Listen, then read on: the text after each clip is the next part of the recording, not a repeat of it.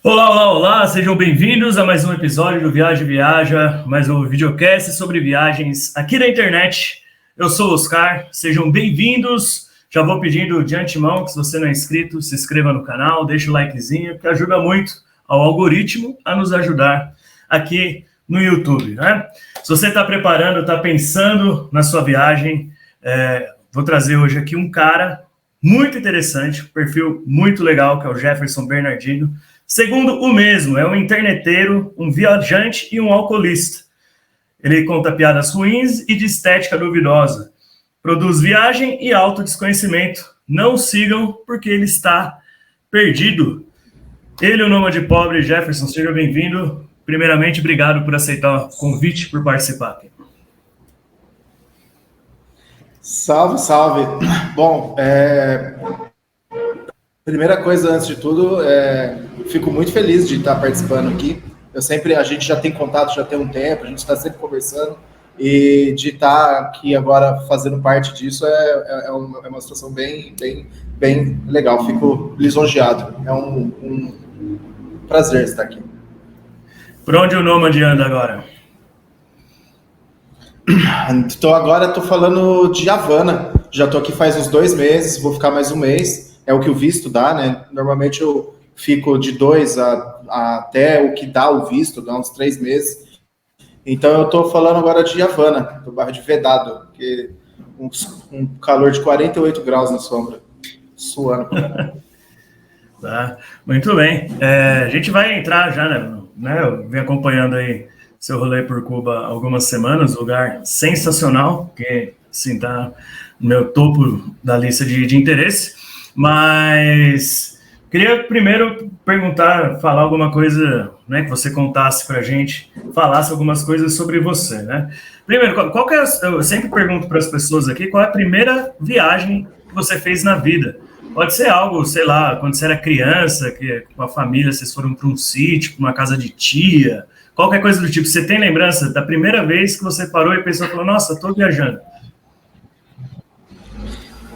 Se eu não me engano, a primeira vez que eu lembro de eu ter essa noção de que eu estava viajando assim, era dentro de um Fiat 147 do meu pai, que eu estava indo para Santos, porque eu sou de Campinas, né? E eu estava indo para Santos. Eu devia ter, sei lá, uns 8, 9 anos. Eu me lembro, é uma lembrança muito vaga, assim, mas foi a primeira vez que eu lembro de estar vendo a pista passar e eu estar indo para um lugar que eu ia ficar lá mais tempo do que eu ia. Assim, eu ia ficar um tempo lá, eu não ia só ir e voltar, mas acredito que foi essa.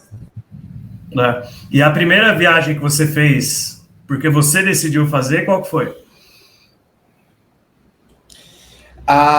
Eu coloco isso como, assim, a primeira viagem que eu fiz para fora do país foi a primeira viagem que me marcou, que me acendeu essa fagulha de querer viajar mais. Foi em 2010 que eu fui viajar para a Alemanha, que tem uma tia que mora lá há mais de 30 anos, e foi a primeira vez que eu pisei para fora, que eu senti algo diferente, assim. Antes eu já tinha ido para o sul da Bahia, eu já tinha ido para o interior de Minas, que a minha família também é do interior de Minas, mas eu não senti essa sensação que eu senti em 2010, quando eu vi gente falando em outra língua, quando eu vi coisas diferentes, quando eu acordei e falei assim, caralho, é muito diferente do sul da Bahia, é muito diferente de qualquer outro lugar que eu já tinha ido. Legal. E foi aí que você meio que começou a pensar que talvez a tua casa não seria a sua casa por muito tempo? Não foi bem aí, porque quando eu fui em 2010, eu fui fazer uma viagem com meus pais, eu fui visitar a minha tia, mas foi ali que eu senti que era gostoso estar fora de casa. Mas não foi exatamente nesse momento. Esse momento aconteceu, eu tenho ele especificamente gravado na minha cabeça, que foi em 2011, quando eu conheci um cara, ele foi um amigo meu durante um tempo, assim, depois eu não tenho mais notícias dele, que eu descobri que era possível viajar sem voltar. Porque até o momento eu tinha visto que eu tinha que ir viajar, eu voltava para minha casa, nesse meio tempo também, eu acabei pedindo as contas do trabalho algumas vezes.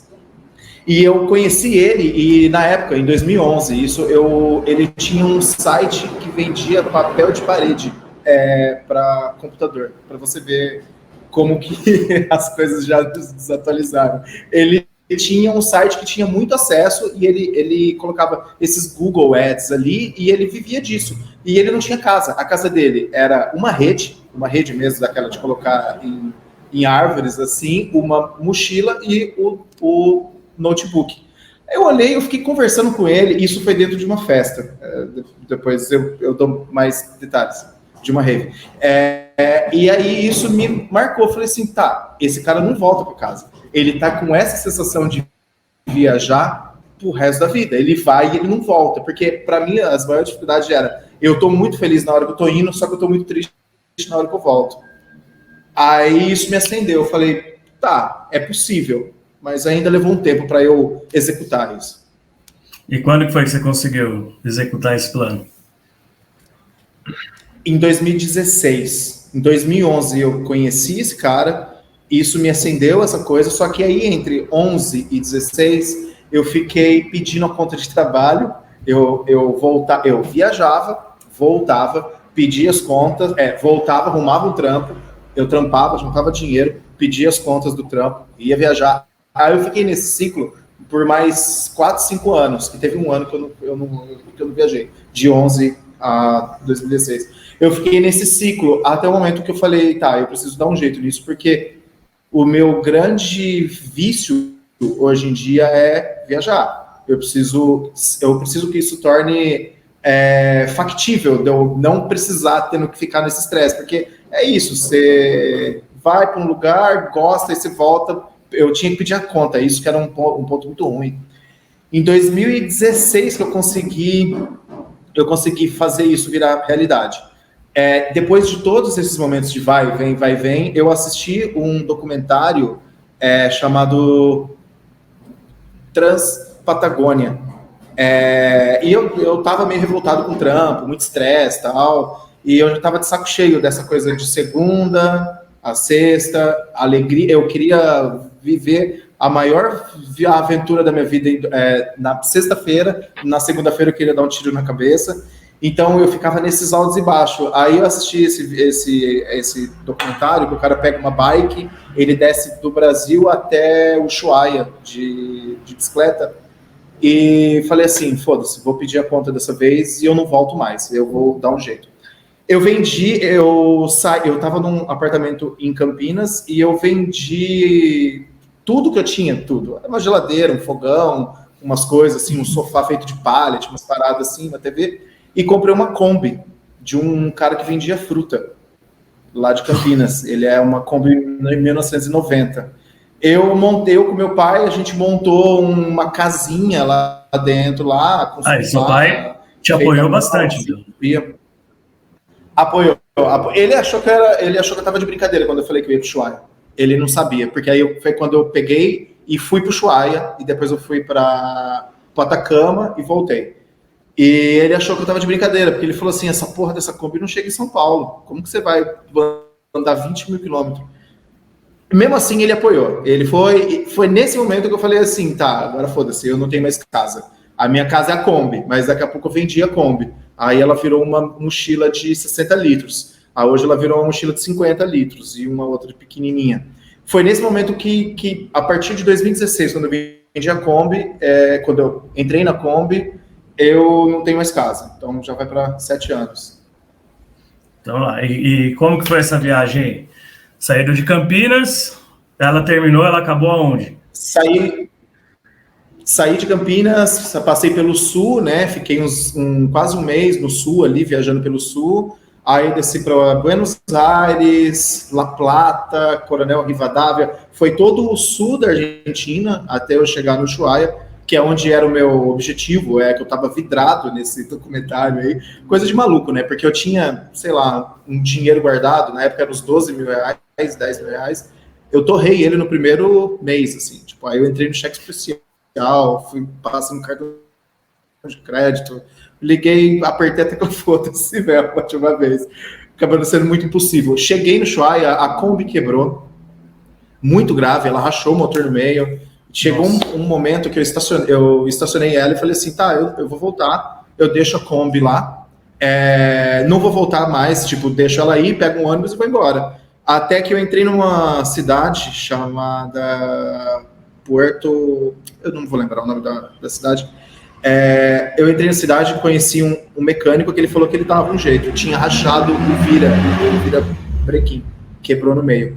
E isso era lá no sul já numa parte bem ao sul da Argentina, já era muito frio. Só que o problema é que não tem muita Kombi lá nessa região. Não tem Fusca, não tem Kombi, então você não consegue comprar a peça. A solução, dentro disso, eu fiquei morando nessa oficina durante 10 dias, até eu conseguir desenrolar isso, uma oficina bem boca de porco, assim, fiz amizade e tal, com um cara lá. Aí tava passando numa rua que tinha uma Kombi jogada, assim, um ferro velho, né? Aí eu bati na porta da senhora, de uma senhora que morava, que tinha Kombi lá, pedi para ela se ela podia vender uma peça do motor. Ela falou que vendia o motor inteiro. Aí eu comprei o motor, levei para uma outra cidade para fazer usinagem e tal. Enfim, teve alguns perrengues ali que foram coisa de maluco, porque tipo, eu não faria isso de novo, mais uma vez, porque foi uma coisa muito louca. Eu fui até o Ushuaia, depois eu subi a carretera austral, que a carretera austral ela pega do sul, do Chile, até o Panamá, se não me engano. Eu subi ela até Santiago, de Santiago eu fui para Atacama, do Atacama eu voltei por cima, né? Voltei para Campinas. Deu mais ou menos 20 mil quilômetros. E durou quanto tempo isso daí, total? 4 meses. 4 meses, tá. Isso daí foi o perrengue, né? Foram 4 meses de... Foi perrengue. Foi uma das experiências mais marcantes da minha vida, porque todo dia era resolver um problema, assim, era... Não, eu quero te perguntar o que é essa maluquice, né? Entre aspas, essa maluquice boa. Quais são as experiências boas, aquelas que, de vez em quando você está num bar conversando com os amigos, você conta, ou quando você está sozinho refletindo, você começa a lembrar de algumas coisas assim? Eu fiquei 7 dias sem tomar banho, porque no sul do Chile não tinha lugar para parar para tomar banho. Tive que fazer necessidades no mato. Eu passei um momento que foi muito complicado, porque essa Kombi era de um fruteiro. Ela era muito velha e eu não tinha noção, eu era muito moleque. Não muito moleque, mas eu não tinha noção. Foda-se, comprei. Eu tenho uma noção um pouco de mecânica. Ela quebrava muito. E ela quebrou numa cidade chamada Chilitico, que é na fronteira da Argentina com o Chile. Eu fiquei parado lá arrumando essa Kombi, todo cagado de graxa até a cara, só que tinha muito cachorro na rua. E aí, nessa eu fiz amizade com o cachorro, tava eu e a minha ex-namorada. Aí a gente começou a dormir com o cachorro dentro do carro, né? E até o momento que o cachorro foi atropelado na frente da Kombi, assim. A gente tentou levar ele para um lugar para ver se dava um jeito, mas ele não teve jeito, ele morreu, assim, no colo dela. Tem várias experiências, porque todo dia era uma experiência nova, porque todo dia era uma cidade nova. Como que a gente vai comer, o que a gente vai beber. A Kombi vai quebrar hoje, porque a gente acordava 8 horas, a gente não sabia se a gente ia chegar até o outro dia sem a Kombi quebrar. Mas foi uma experiência intensa, que eu perdi peso, pra você ter ideia, eu perdi 7 quilos, por causa dessa coisa de muito acelerado e tal.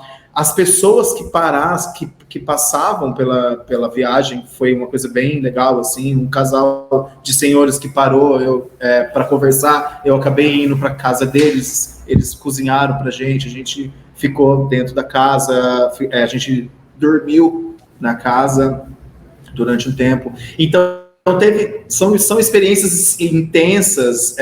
Eu tomei 2 vezes na Argentina, a própria polícia rodoviária pediu suborno, eu tive que pagar eu já não tinha dinheiro, eu tive que pagar um suborno na época, era tipo R$300. Então, foi extremamente, foi intenso, mas foi uma das experiências mais marcantes da minha vida, que foi aí que eu falei, tá, eu quero continuar viajando. Não nessa intensidade, porque eu acho que também não é sustentável, né, você viajar nessa loucura assim intensa, tipo, eu não sei se eu vou conseguir dormir no lugar, eu vou ficar 7 dias sem tomar banho. Eu tava cheirando mal, tava bem fedido durante esses 7 dias. Imagino, tá? Legal. E daí, como que foi para você se estabelecer sem residência fixa, assim? Como que funciona? Você falou que hoje carrega 2 mochilinhas, né, basicamente, né? Sua casa hoje. Né? Sim. Daí, qual foi o passo para você cair no mundo de uma maneira mais segura, mais tranquila, digamos assim? Eu uso a palavra sustentável, porque eu acho que se você viajar com 3 malas, também é muita coisa, não é sustentável você viajar com muita coisa, e não adianta você ficar indo e voltando, a viagem ela não se autossustenta, você não tem como ficar viajando sempre. Hoje eu tenho uma mochila de 50 litros e uma pequena que leva o computador, fone, essas coisas assim. Voltando com a Kombi, eu tive que parar e realinhar essas coisas. Eu precisava arrumar um trampo online. A minha área de atuação, eu trabalho com tecnologia. Então é mais fácil arrumar trampo.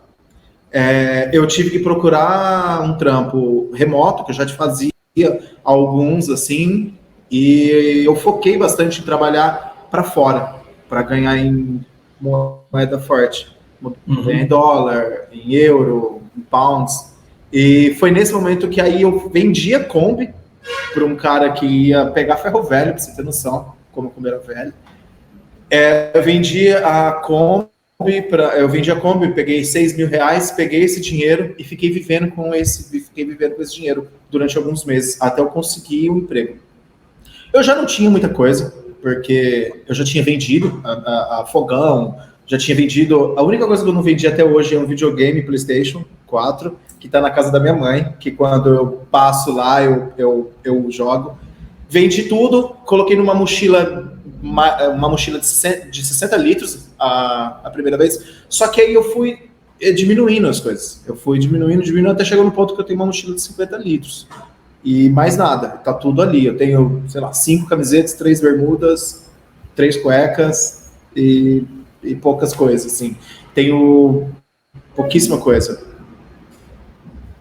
Não, legal. E você falou, né, que de vez em quando volta para casa, né? Como que é a parte emocional, a parte psicológica dessa distância de casa, lidar com esses laços familiares, não só da sua parte, mas dos seus familiares também, né? Como que eles lidam com isso? Como você lida com isso? Para mim, hoje é a pior parte, assim, porque eu sou muito apegado à família, então eu participo muito do grupo da família, então eu estou sempre opinando ou conversando diariamente com eles, porque eu acho que a gente tem que usar as ferramentas que tem para a gente para diminuir a distância. Eu não vou falar com eles só quando eu for para lá, mas essa é a pior parte, porque eu sinto saudade da família.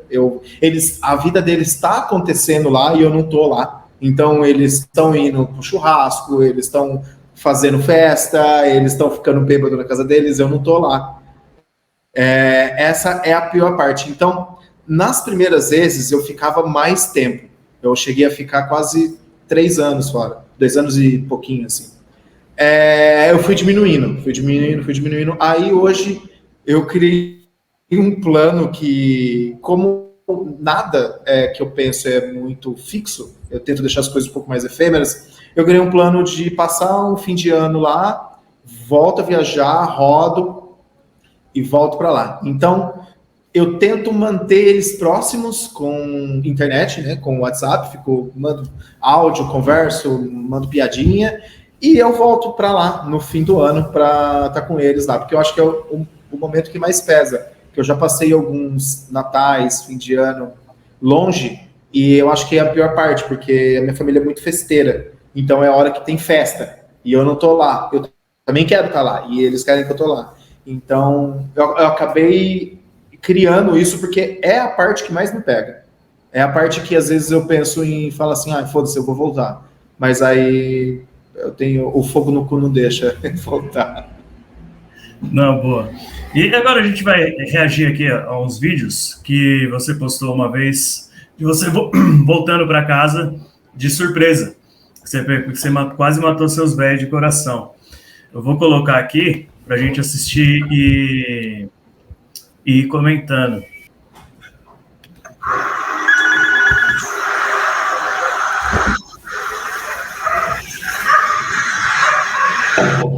Você vê, é muito foda.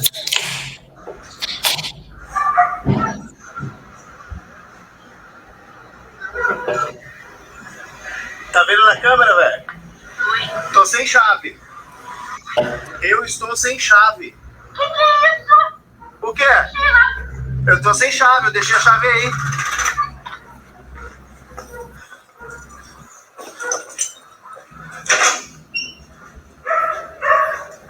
E os dog. Os dog, eles te reconhecem quando você volta? Vai morrer, hein? Reconhece na hora. Vai morrer. Vou colocar aqui o segundo. Eu até me emociono de ver esse vídeo, assim. Você ficou com medo dos velhos ter um ataque? Não? Então, quando eu tive essa ideia, eu não pensei nisso. Eles são pessoas mais velhas, eles têm problema de saúde, minha mãe tem problema de coração. Mas eu falei, pô, eu vou fazer o importa é a piada, né? Assim, vai matar os pais? Não sei, mas o que importa é a piada. Não, eu não fiquei com medo na hora, mas depois eu parei para pensar, eu falei assim, mano, eu podia ter criado podia ter aparecido, sei lá, no Datena. Mas esse daí você tava há quanto tempo sem vê-los? Quase 3 anos. 2 anos Quase e 10 3 meses. anos. Nossa, imagina. Quase 3 anos, E aí eu tava em Bali essa época, e aí eu voltei para passar. Como que foi? Eu tava em Bali, aí eu voltei escondido para Alemanha, porque a minha tia tava lá, passei o Natal lá. E aí depois eu fui para Belgrado. E aí eu não falei para eles. Eu tô aqui em Bali, Aí eles nem sabiam onde é Bali, eu tava, tipo, muito longe. Só que eu falei, vou passar o fim de ano aqui, tá? Beleza, então eu não volto. Só que eu não falei mais com eles. Eu fiquei, tipo, 2 dias sem falar. E isso eu já tava em Belgrado, que eu passei uns dias em Belgrado. Eu fiquei lá sem eles saberem. Eu postava, mas eu tirava eles do Stories e tal. Só que aí eu fiquei 2 dias sem falar e eles acharam estranho. Eu falei assim, pô, aconteceu alguma coisa, né?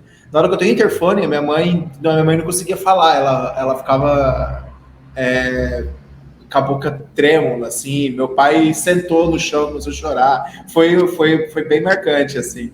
Depois me falaram, falei assim, mano, você podia ter matado os dois. Vamos ver a segunda parte. Não vai morrer, hein? Só não vai morrer.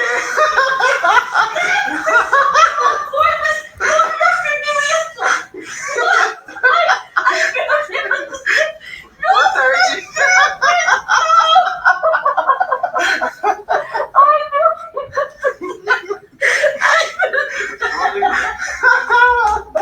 Só não morre.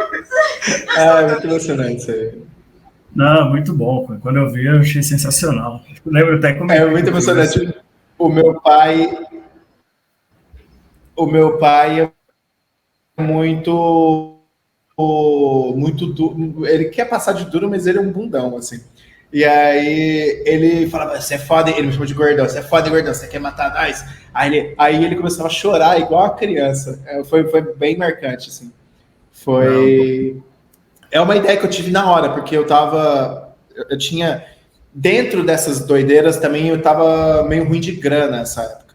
Aí eu voltei para dar uma respirada, que eu tinha gastado muito, e aí eu acabei voltando para dar uma aliviada, assim, aí acabou, porque assim, alivia porque aí eu fico 1 mês que eu fico na casa dos meus pais, eu não pago aluguel, né, lá, e aí eu consigo respirar um pouco melhor. Foi nessa aí que eles... Foi muito... Eu me emociono sempre que eu vejo esse vídeo, assim. O dia que você pediu pra mim os vídeos, eu fiquei assistindo, aí eu falei assim, foi muito legal isso aí. Agora eu não posso fazer de novo não, senão eu mato mesmo, que eles estão mais velhos. Não, faz isso mais não. E dessas andanças por aí, cara, quais são os destinos, os lugares que você mais lembra com carinho, assim? Tipo, quando em conversa de bar, conversa com as pessoas, assim, quando eles te perguntam quais lugares você mais lembra com carinho, assim? Os lugares que mais te tocaram, assim? Eu acho que primeiro, assim, a Tailândia, a Tailândia é um lugar que me marcou bastante porque eu fiquei 6 meses lá. E é um país extremamente rico culturalmente, é um choque cultural a hora que você pisa fora de casa. As pessoas são maravilhosas, a comida é maravilhosa. Eu não consigo achar, eu não consigo achar defeito na Tailândia, assim. É muito quente. Eu fui numa época que era muito, muito quente. Quando eu fui para lá, eu fiquei 3 meses em Bangkok e depois 3 meses em Koh Phangan, que é uma ilha do Golfo da Tailândia. Quando eu fui para lá, eu participei de um festival, não um festival de música, mas um festival deles, que é o ano novo deles, que chama Songkran, que as pessoas ficam jogando água um no outro. Foi sensacional, assim, foi uma coisa que me marcou muito. É um país que eu tenho muito carinho. Além de ser um país barato para se viver, ele é um país, ele é de uma cultura, ele é de uma riqueza cultural muito grande. As pessoas são super amáveis, assim, são super tranquilas. Parece que você está numa viagem budista, assim, sabe? Não é muito a minha vibe, lógico, eu sou meio acelerado, mas o país como um todo é muito calmo. E as praias são muito bonitas, não é a mesma experiência de praia nossa, mas as praias são muito bonitas. Todos os lugares que você passa, você dá... Eu sou um pouco viciado em choque cultural. Então, quando eu caio num lugar e isso eu assusto, me dá uma sensação boa, assim, eu falo assim, caralho, eu não tô entendendo nada aqui, as pessoas estão falando numa língua, eu não tô entendendo porra nenhuma, eu não sei se essa comida aqui tem carne ou não tem, é peixe ou não é, eu não sei, então isso me causa muito. A Tailândia como um todo é isso. O Vietnã também é muito isso. O Vietnã, além da história também, eu gosto bastante de história, o Vietnã tem uma história muito rica, muito rica. E aí, partindo um pouco mais para coisa mais confortável, e que eu gosto bastante, que é de música, festival de música, a Sérvia também é um país que tem um cantinho reservado no meu coração. Por incrível que pareça, porque é um país que, tipo, parece que, né, você não dá nada, assim. Na Sérvia eu fiquei 5 meses, eu fiquei 3, depois 2. A Sérvia também é um país que me atrai muito. Não tem nada que você possa fazer turismo. Tem um forte do século, sei lá, 12 e mais nada. Então, assim, não tem turismo, mas a vida na cidade... Interessante a vida local, né? Exato, Se você for lá para ficar 3 dias para você fazer turismo, você vai achar meio sem graça. Porque tem um forte, tem uma rua central, tem uma praça, uns museus nada a ver, mas as pessoas são muito legais também. As pessoas, eu acho, dentro da Europa, que os sérvios são os mais parecidos com a gente. Eles falam alto, eles gostam de festa, eles são muito, tipo, vem aqui, come aqui em casa, vamos fazer alguma coisa aqui. Não, vamos sair, vamos fazer alguma coisa junto. Eles têm muito isso. Só essa parte, né? Historicamente não tem nada a ver, porque Balcãs, aquela maçaroca lá de guerra, mas eles parecem bastante. E eu acho que são esses 3, Tailândia, Vietnã e Belgrado, e agora Cuba, que ela entrou nessa lista aí, que também... Falaremos sobre a ilha. Voltando um pouquinho para a Tailândia, queria te perguntar algumas coisinhas. Seguinte, obviamente que se vê muita propaganda, se vê muitas coisas das coisas turísticas, principalmente em relação à gastronomia, né? Aquelas iguarias, espetinhos de insetos, de escorpião, blá, blá, blá, blá, blá, blá. Mas a gente sabe que o tailandês não come isso no dia a dia, né? Muito pelo contrário. O que eles comem? Qual é a rotina de refeição deles, assim, do dia a dia? Sim. Eu até comi essas aranhas, esses grilos, essas coisas. Não é uma comida deles. Acho que, se você olhar dentro da história, teve um momento que eles precisaram comer isso por causa de fome. Mas não come. Não é diário. Isso é coisa de turista. Mas é gostosinho.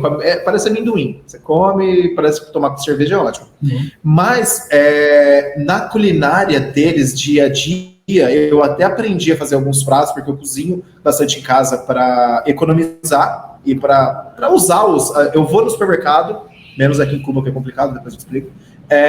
Pego as coisas que existem no mercado e faço. Lá eles têm uma cultura muito forte de culinária de rua. Então você come muito, mas muito bem na rua, porque eles comem mais na rua do que em casa. Então eu lembro na época eu pagava 8, 10 reais num prato de comida muito bom. Eles usam bastante peixe, eles usam bastante macarrão de arroz, eles usam esses macarrões achatadinhos, que a gente chama meio que de macarrão de yakisoba, né? Eles usam bastante isso. Eles fazem um arroz frito também, o arroz frito que é maravilhoso. E aí eu chamava de gororoba, mas não gororoba no sentido pejorativo, porque eles fazem coisas misturadas, é tudo sempre uma mistura. Eles usam bastante curry.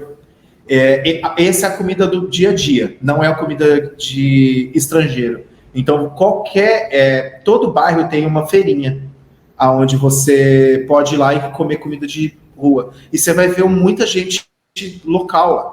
Então não é turístico. O bairro que eu fiquei era mais ou menos 40 minutos do centro. Então, 40 minutos de carro, pra você ter noção. Então era um lugar bem, bem afastado. Eu ia nessa feirinha e tal. É uma das culinárias que eu mais gosto hoje. Eu tenho uma listinha de culinárias e a Thai é uma das que eu mais gosto.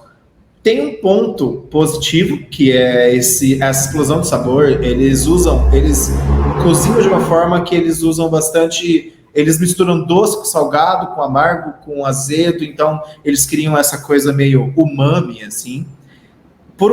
Você chega lá, em uma semana, você fala assim, meu Deus, é a melhor comida do mundo.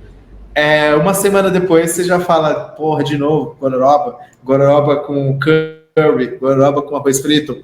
Ela enjoa, porque ela é uma comida muito porrada. Ela não é uma comida igual a nossa, que é alho, cebola, carne, arroz, vegetal. Não, ela é aquela comida que você fica... É tipo comida indiana, você fica arrotando ela alguns dias, assim. Tá, e a comida, eu ouvi você falando de Tailândia, Bali, na Indonésia, e Vietnã, né? A comida desses lugares se difere bastante ou não? Sim, a Thai, eu acho, a tailandesa, ela é mais rica. Ela tem umas especiarias diferentes. Eles usam bastante açúcar na comida. Então ela fica uma comida não muito doce, muito salgada. Teve alguns momentos que eu já estava um pouco estressado com esse sabor, que eu queria comer um macarrão salgado, molho de tomate. Italiano. Porque é bagunça a cabeça depois de um tempo, assim. Isso, eu queria comer uma comida culturalmente ocidental, tipo macarrão, hambúrguer, essas coisas assim. Eu já estava um pouco já empapuçado. Também fiquei 6 meses lá. A vietnamita, ela é um pouco mais pobre, comparada com a Thai, né? Então você tem uns pratos que eles são caldos com carne, um caldo de carne com algum macarrãozinho. Será por causa de histórico, social, de guerra deles?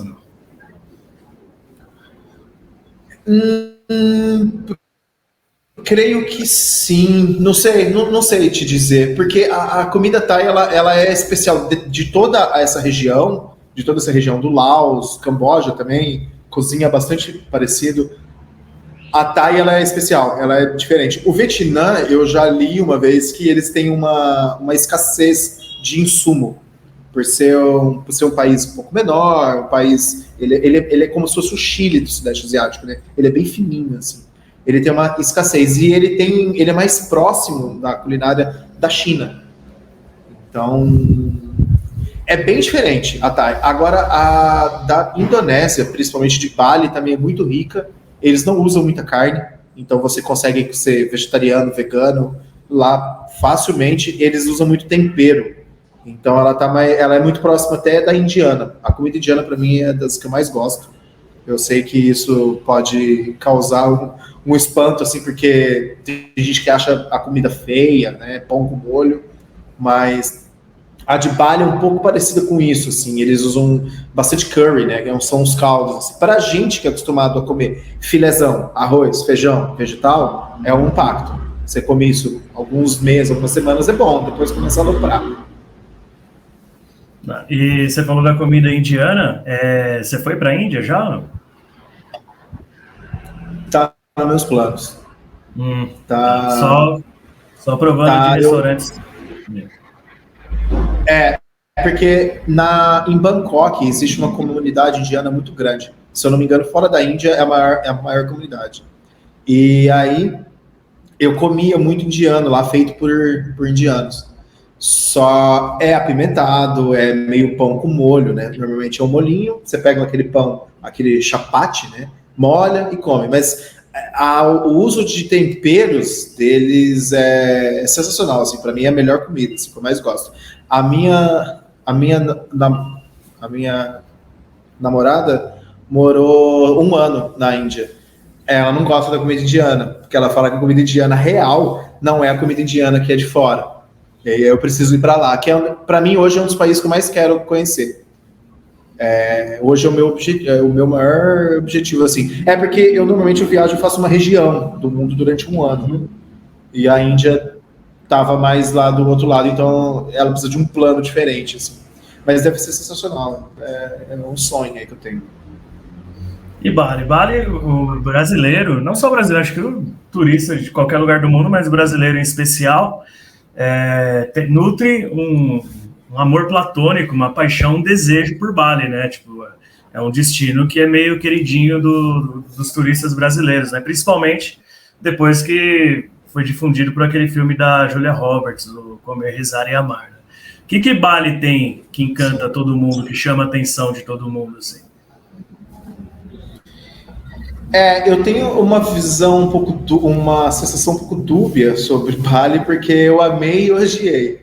Não odiei, mas assim, eu fiquei 2 meses lá. Eu fiquei 1 mês numa região chamada Ubud, que é uma região mais tranquila, tem os templos, não é tão de festa. Depois eu fiquei 1 mês na região de festa.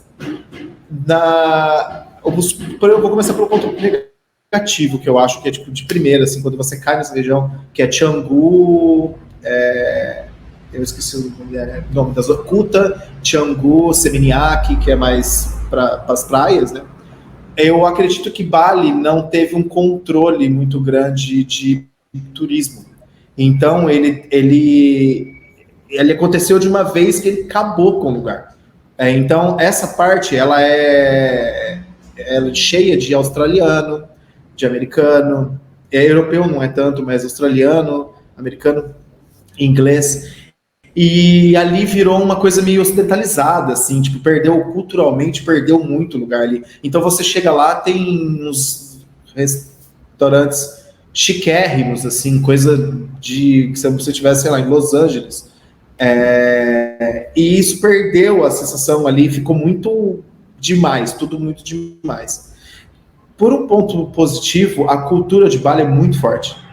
É uma cultura que ela ainda se segura, mesmo com essas tensões culturais, com esse turismo demasiado, ela ainda consegue se segurar.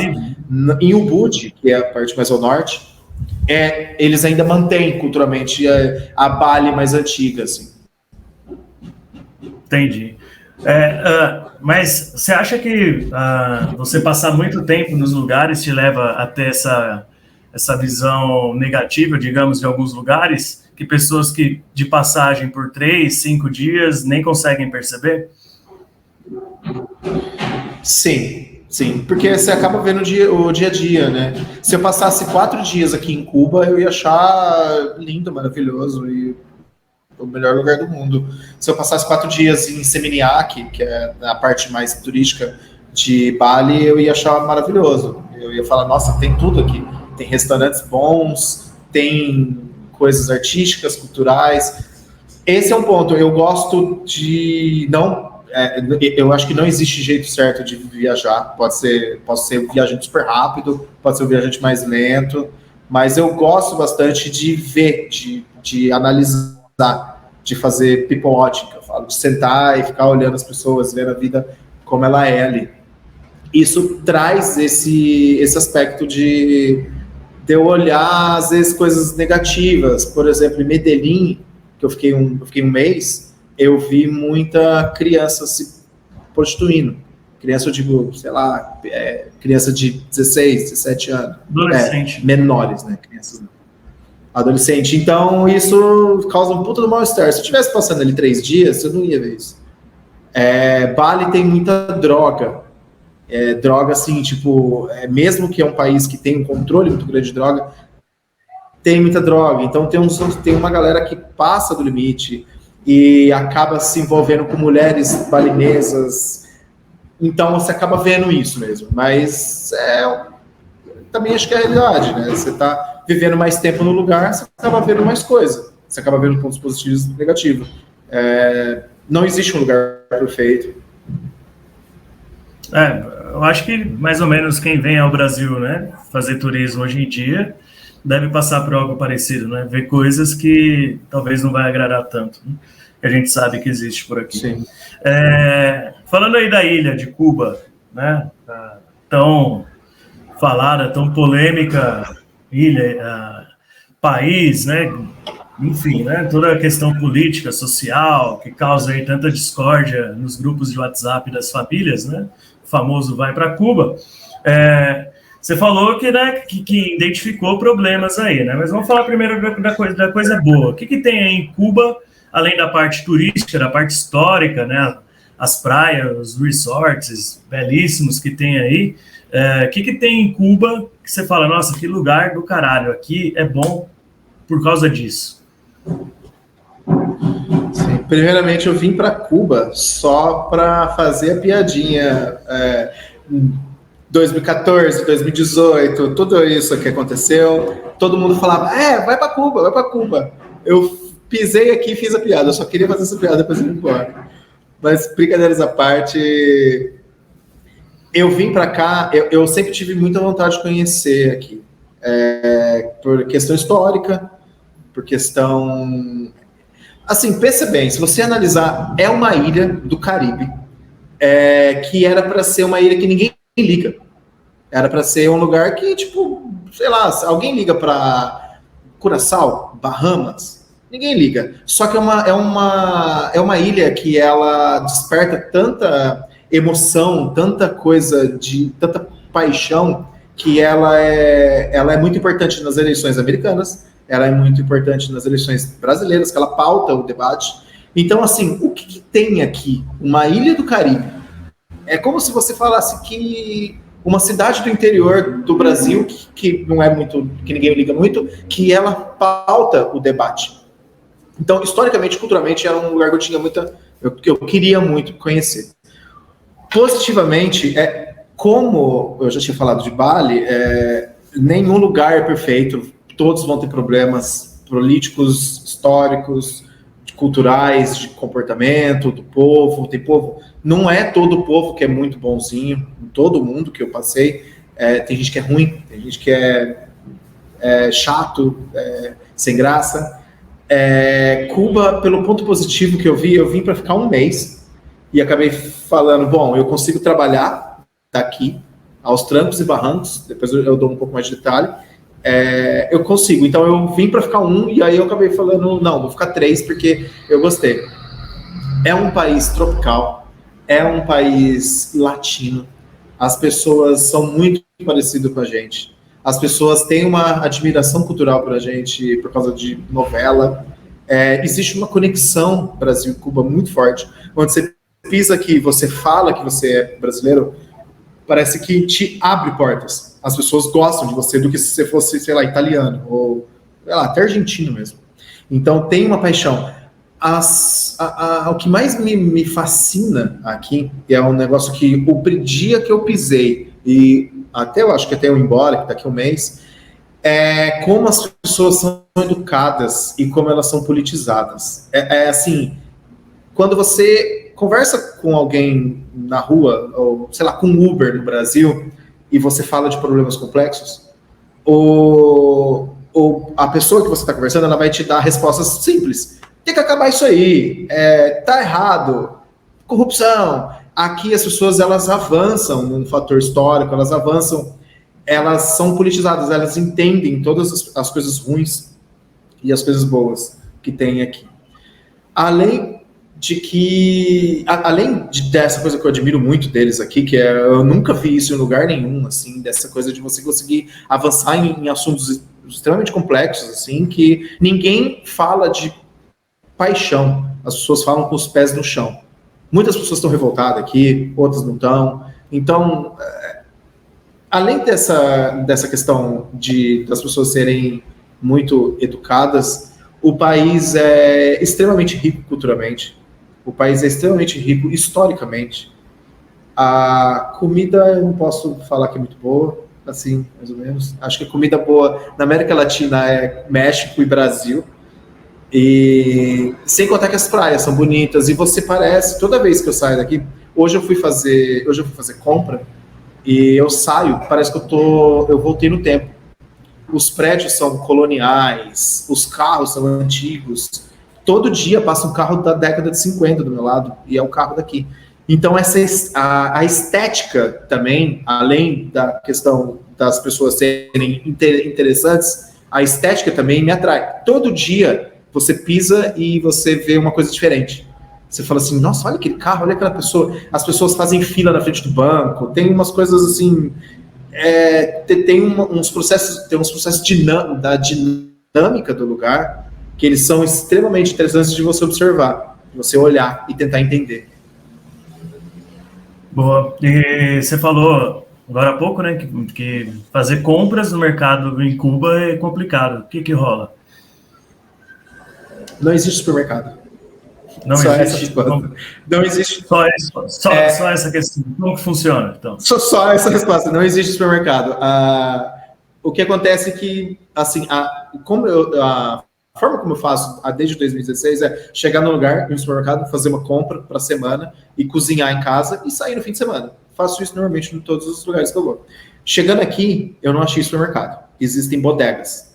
As bodegas são para cubanos que têm uma caderneta que podem comprar ali. Não existe uma rede de supermercado, Pão de Açúcar, Super Nosso ou essas assim. Então eu não vou no lugar onde tem papel higiênico, queijo, azeite, arroz e feijão. Eu vou no lugar onde tem papel higiênico, eu vou no lugar onde tem arroz, eu vou no lugar onde tem abacate e por aí vai. Então, você não tem uma rede de um item só, é isso? Sim. E eles não têm nada na frente, então são portinhas. E até eu descobrir isso, eu não conseguia comprar nada. Porque a relação de consumo aqui é diferente. A relação de consumo não é tudo num lugar só. A relação de consumo é uma vendinha que vende 4 tipos de vegetais. Uma vendinha que vende arroz. Tudo o que eu fazia em 1 hora, fazendo uma compra, sei lá, em Medellín, aqui eu demoro 3 horas, porque eu saio de lugar, eu vou tendo que comprar. E sem contar, assim, a escassez de produto aqui é muito grande. E quando você tem produtos, azeite, por exemplo, aqui custa R$100, um litro de azeite, um negocinho de azeite.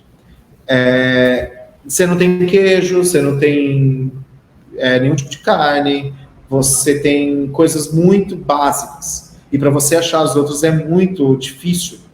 E a gente não tem, pelo menos dentro do meu dia, eu não tenho 3 horas para ficar fazendo compra no supermercado hoje. Então foi meio estressante assim no começo. Hoje eu já peguei o jeito. Tem 3 lugares que eu vou, esses 3 lugares têm as coisas que eu quero. Então consegui me adaptar. E é de boa ficar aí recebendo dinheiro de outro país, ninguém fala nada?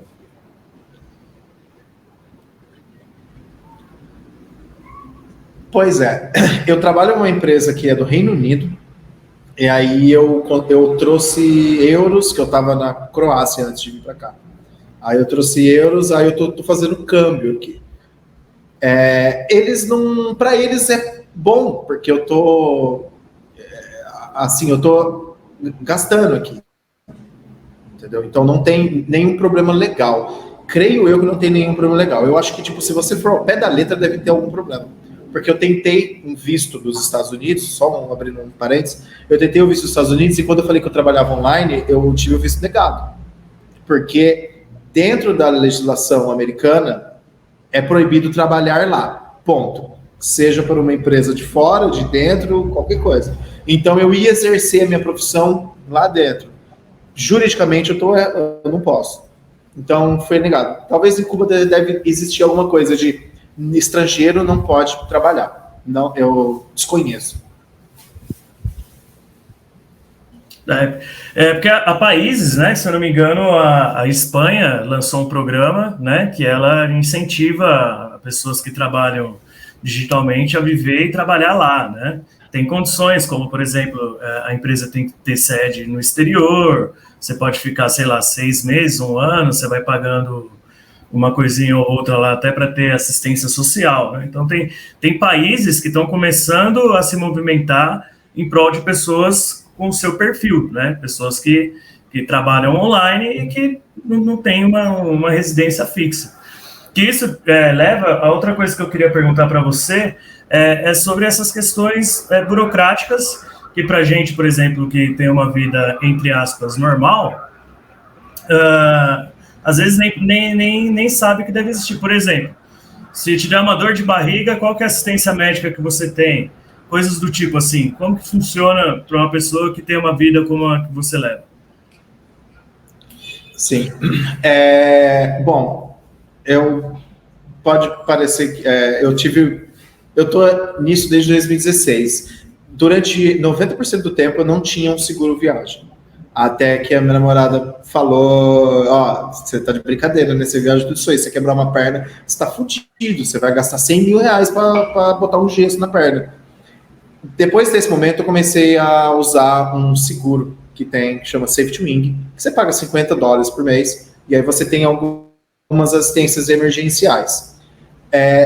A questão de você estar doente, dor de barriga, por exemplo, na Tailândia, a minha ex-namorada teve um problema de ouvido. A gente pagou $140 numa consulta, remédio e essas coisas assim. Então, você consegue acessar a privada, você consegue pagar. Não é barato, em qualquer lugar que seja, não é barato. E se você tiver um problema, às vezes é mais fácil você ir lá e pagar essa consulta, porque assim, o seguro ele cobre emergência. Foi atropelado, acidente, quebrou uma perna, teve uma apendicite, sei lá, alguma coisa que você precisa operar na hora, ele cobre isso. Coisas do dia a dia, acaba que você não tem. E aí, se você quiser, ou você deixa para fazer no Brasil, que aí a gente tem direito, ou então, eu hoje, particularmente desde 2016, eu não tenho... Agora eu tenho um seguro, mas eu não tenho plano de saúde de exterior, porque eu acho que não existe. Que eu conheço, não existe. Você acaba lidando de uma forma um pouco desapegada, assim, você confia que não vai ter problema. Entrega na barriga. O remédio resolve.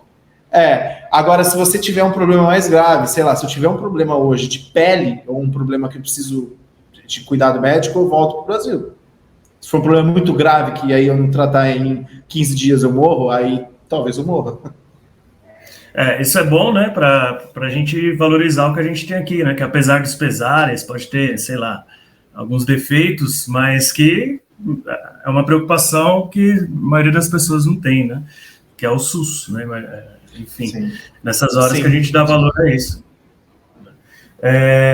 E você falou, né, questão do visto, né, você fica sempre nos lugares até onde o visto dá, né? Sim, a maioria dos lugares é. Boa. Agora vamos lá. Você é o cara que é fã das festas longas, né? Chamadas raves, né? Você passou uma temporada na Europa agora só no roteiro das raves, né? Como que funciona isso daí? Como que você se programa? Com o tempo antes você vê onde vai acontecer as festas e monta seu roteirinho? Para você ter ideia, eu acho que uma das coisas de mudar... Eu tive uma mudança muito grande na minha vida com uma mistura de duas coisas. Viagem e rave. Pode parecer coisa de brisado, mas foi aí que eu mudei a minha percepção de vida, onde eu quis viver de uma forma mais intensa, que eu quis fazer coisas. Essa pessoa que eu conheci em 2011, que me falou que eu podia viver desse jeito, que eu falei assim, caralho, é muito possível. Eu tava numa rave, era uma rave na Hungria, um festival de 7 dias. Eu conheci ele, que ele tava morando numa rede. Ali que deu estalo. Então, assim, eu vou em raves desde 2007. Então, eu já tô já há muito tempo. Não é uma modinha que eu fui e voltei. Óbvio que eu diminuí hoje com a idade. Eu acabo indo menos, tal. Durmo 7 dias no chão duro? Durmo. A minha coluna de quase 40 anos não aguenta tudo isso tão de bem. No quarto, quinto dia eu tô tomando uns Tantrilax da vida. Mas essa última vez agora eu fui para Croácia e para Portugal, que são os dois festivais que eu fui, que eu encontrei um amigo meu lá. São festivais que são festivais parecidos. Eu vou nesse tipo de festa na Europa desde 2011, quando eu foi 2011, 13, 14, 15. Aí eu me programo, porque assim, esses 7 dias é deslocado totalmente do mundo exterior. Então, eu não tenho acesso à internet, totalmente lá, tomando banho quando dá, dormindo mal, comendo relativamente bem. Eu me programo para ficar uns dias off do meu trabalho. Só que esse tipo de festa ele pauta um pouco os destinos que eu vou. Por isso que eu te falei que Belgrado é uma das cidades que eu mais gosto na Sérvia.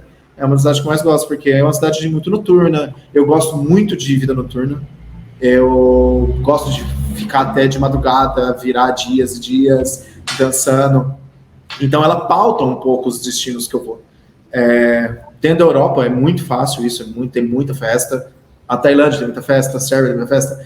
Aqui em Cuba, por exemplo, já não tem muito, porque aqui o rolê é salsa. É mais latino, né? Então não tem essa coisa de música eletrônica.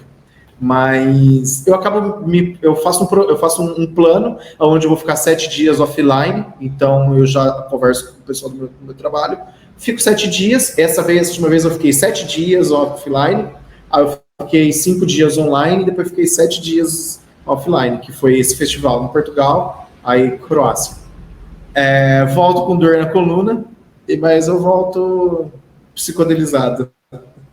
Eu vou até colocar aqui na tela o seu Instagram, que tem uns stories dessa rave. Eu vou colocar também os stories que você tem salvos aqui, porque eu acho que as suas legendas que você coloca nas suas publicações são, assim, eu acho que você deveria dar um jeito de, sei lá, de vender, porque são, assim, são coisas sensacionais, assim, umas sacadas bem satíricas, irônicas, umas piadas que você coloca lá que são muito boas.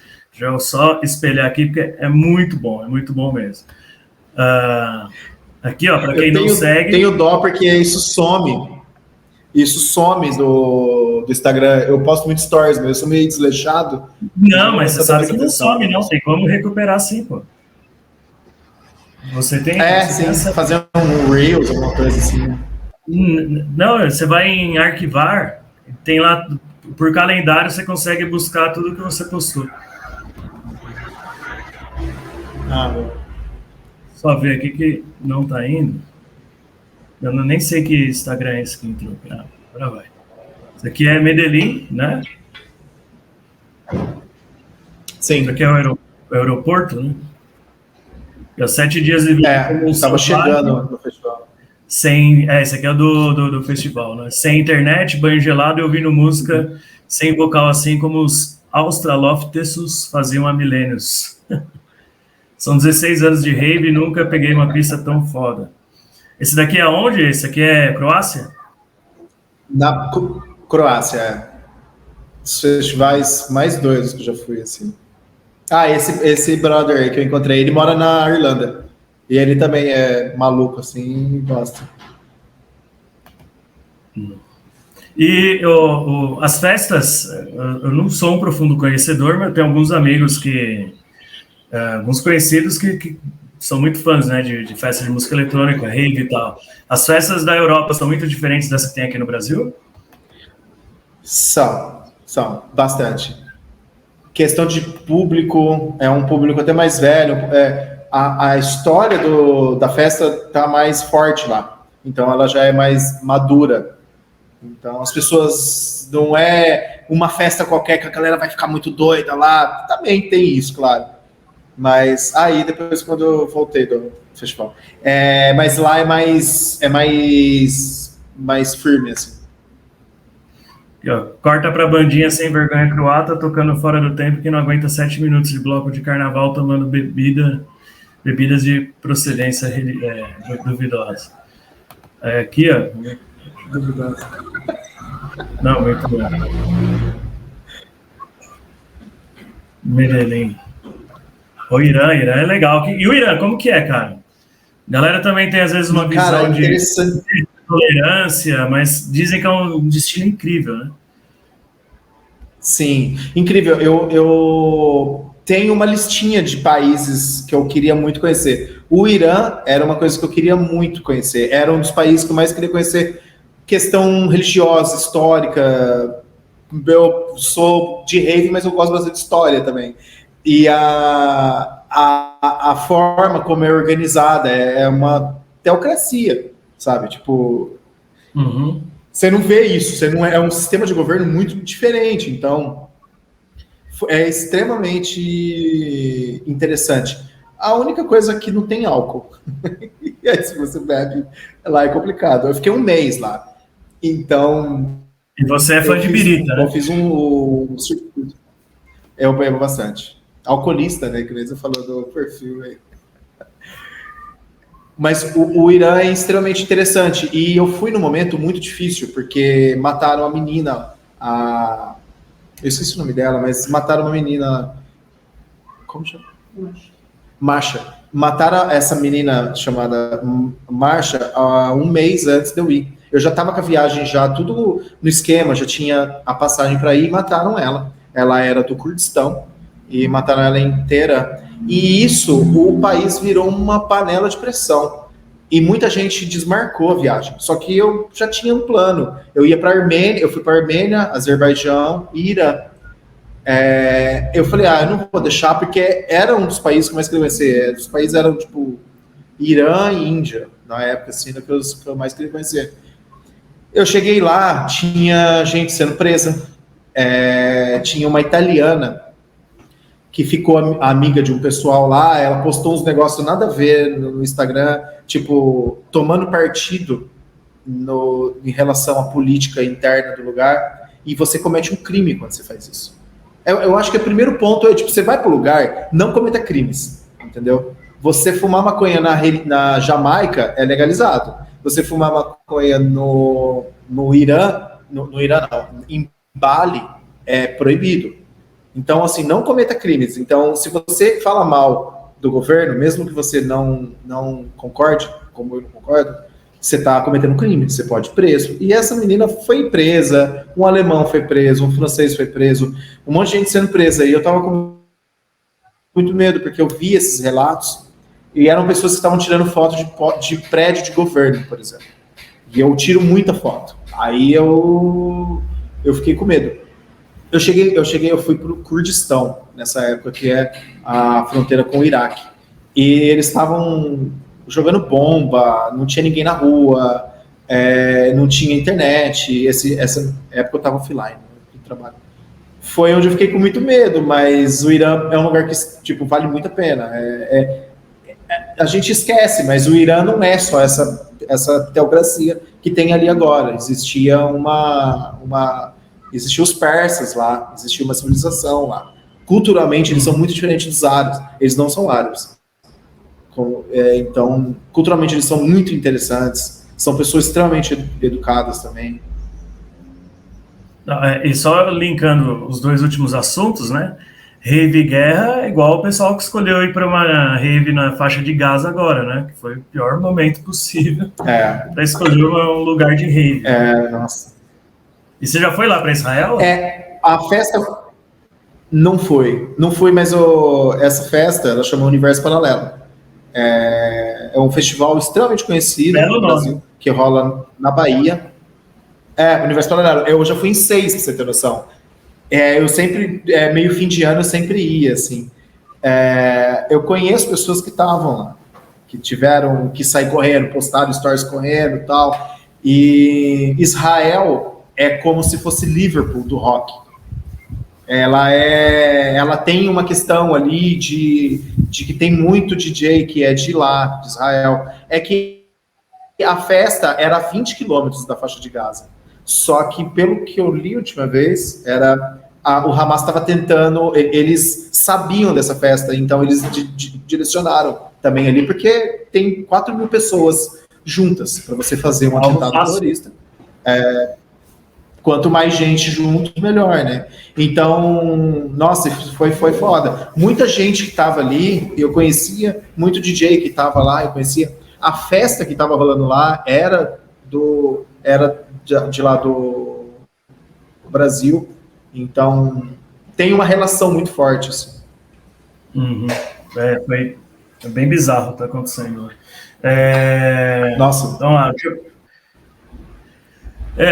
enfim, e desse rolê todo aí, muçulmano, qual que é o país que você mais gostou? Sei que você foi para o Irã, Armênia, não sei se a Armênia é muçulmana, acho que sim, né? Turquia. Não, a Armênia é cristã, ortodoxa.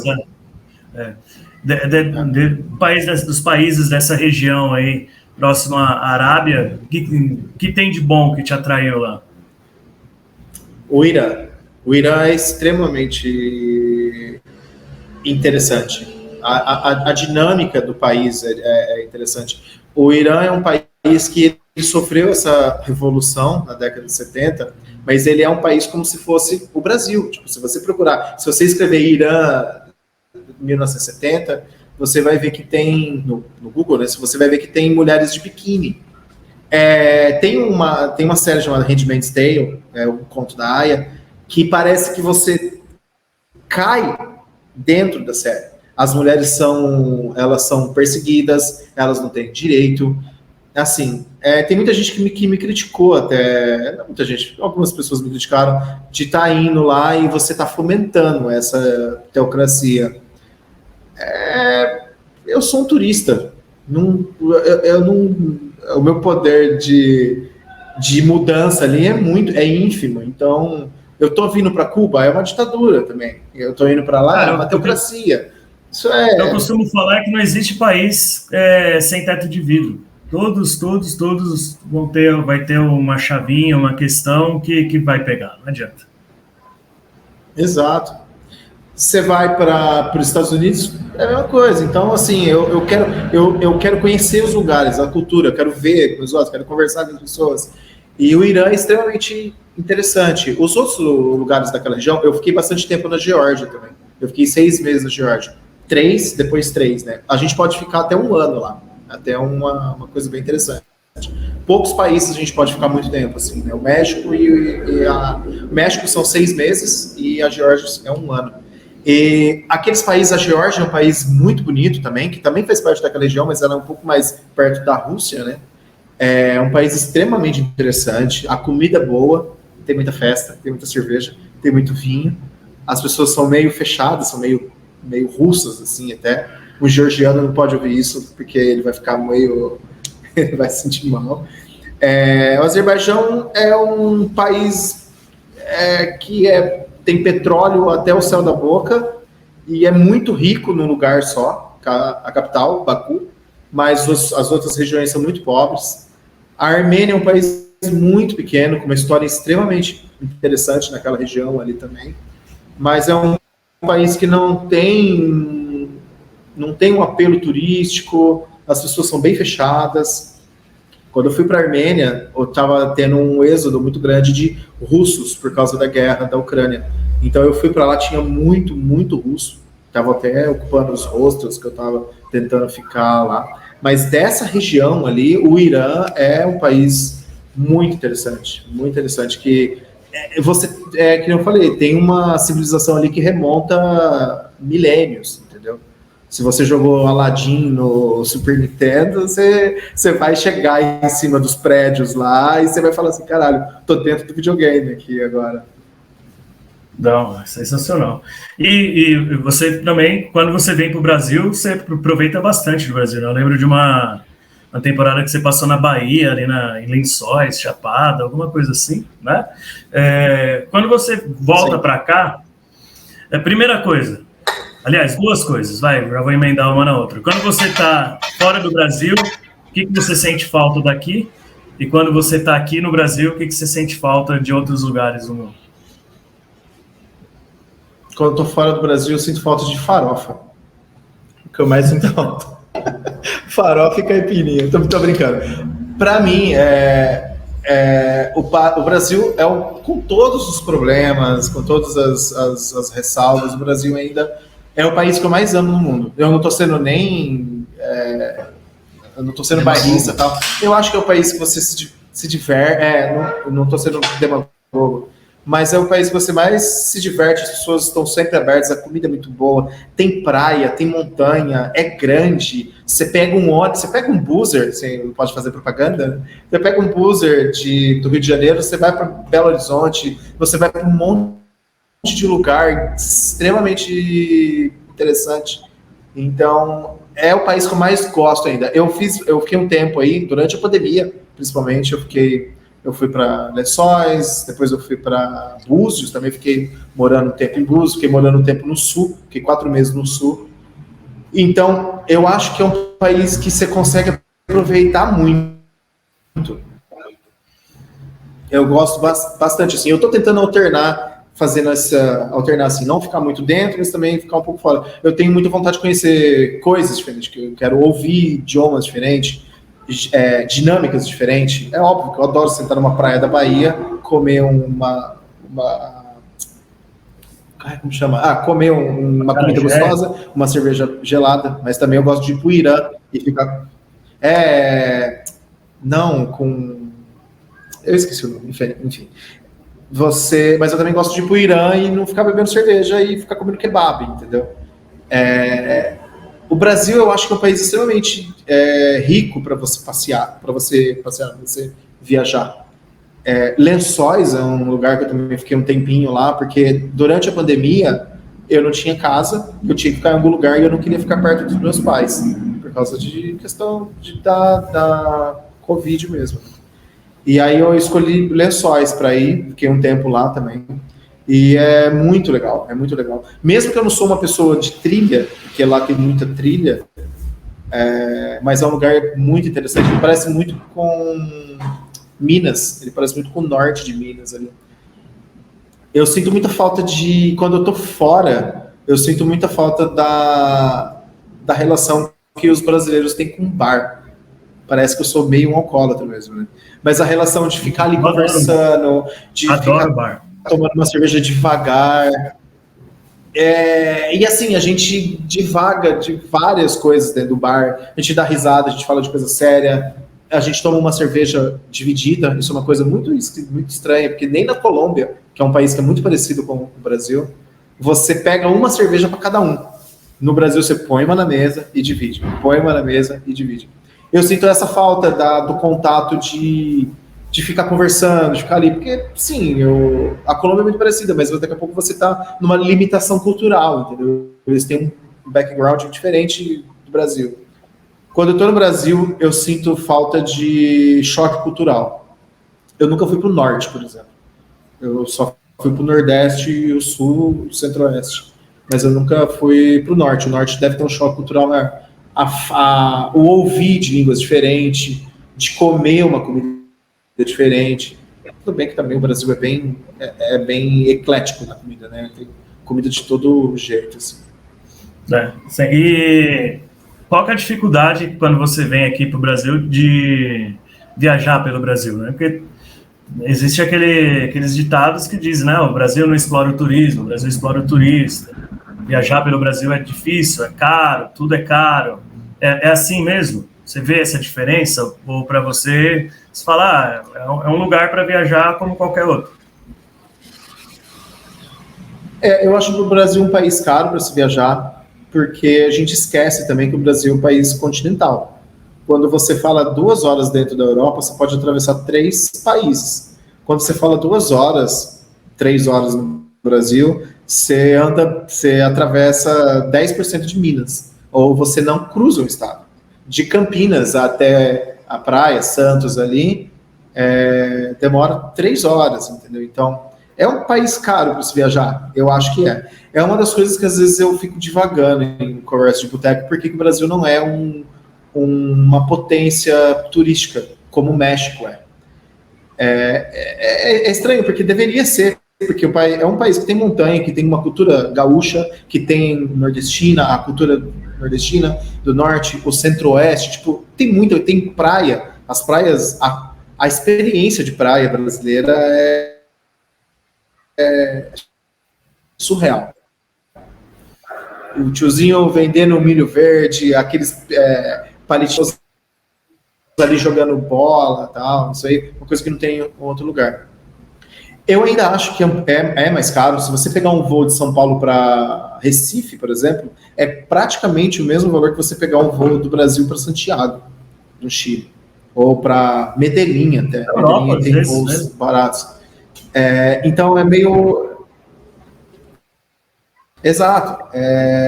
Europa, se você pegar um voo do Brasil para Belém, no Pará, é mais barato você ir para Lisboa. Eu acho que falta isso. Eu acho que é um país que não explora muito turismo. E ele tem um turismo interno muito forte. Então, eu conversei nessas viagens, eu converso com gente que com um gringo, assim, com, sei lá, italiano, que não foi para o Brasil, que fala que é caro. Que fala que é um país caro para eles com euro. Porque a passagem é mais cara, as viagens internas são caras porque é um país continental. Mas eu não acho impossível. Tem uma questão de, tipo, se você é de São Paulo, para você fazer uma viagem que tem um pouco mais para você ter um pouco mais de diferença cultural, de choque cultural, você vai ter que andar muito. Porque Rio, São Paulo, Minas, ali, elas são muito parecidas culturalmente. Então, você vai ter que... é um esforço maior mesmo. Mas eu acho um país extremamente legal para se viajar. É divertido viajar por dentro. Não, acho que é um tema para um programa inteiro aqui, para debater por que o México, que tem problemas sociais de violência parecidos com o do Brasil, apesar disso, consegue atrair inúmeros turistas, milhares de turistas, milhões de turistas do mundo inteiro, né? E brasileiros preferem viajar para o México do que viajar para o Brasil, por exemplo. Por que o Brasil não consegue ser essa potência? Acho que é um programa, né, para a vida inteira, né? Então é isso aí, cara. Chegando, levando já a conversa aqui para o final, tá? Queria te agradecer mais uma vez aí por ter disponibilizado 1 hora e pouquinho do seu dia aí, da sua rotina. No Brasil hoje, a gente está gravando em 12 de outubro, é feriado, né? Mas você está aí na sua rotina louca aí de trabalho e separou 1 horinha aí da sua semana, da sua rotina, para atender e a gente bater esse papo aqui.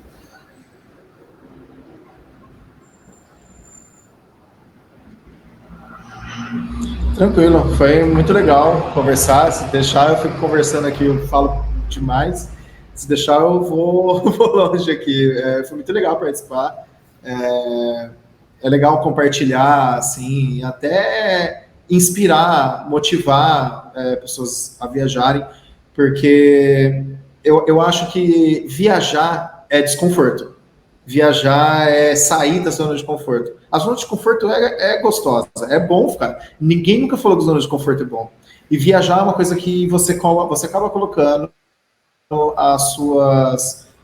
você acaba colocando a sua curiosidade, a sua vontade de ver as coisas acima do conforto, acima de outras coisas. E é legal, não sei, as pessoas verem isso. Eu me inspirei numa pessoa aleatória em 2011, aonde ela mudou minha vida, assim, e eu acabo tendo muita vontade de fazer as coisas.